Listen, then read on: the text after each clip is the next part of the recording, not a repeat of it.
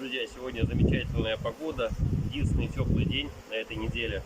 И молодая пчела облетывается, впервые встает на крыло, а также пчелки активно сегодня работают. Такой стоит гул на пасеке, приятный. Его можно слышать на расстоянии 10-15 метров в безветренную тихую погоду. Приятно наблюдать, душа радуется у пчеловода в такие дни.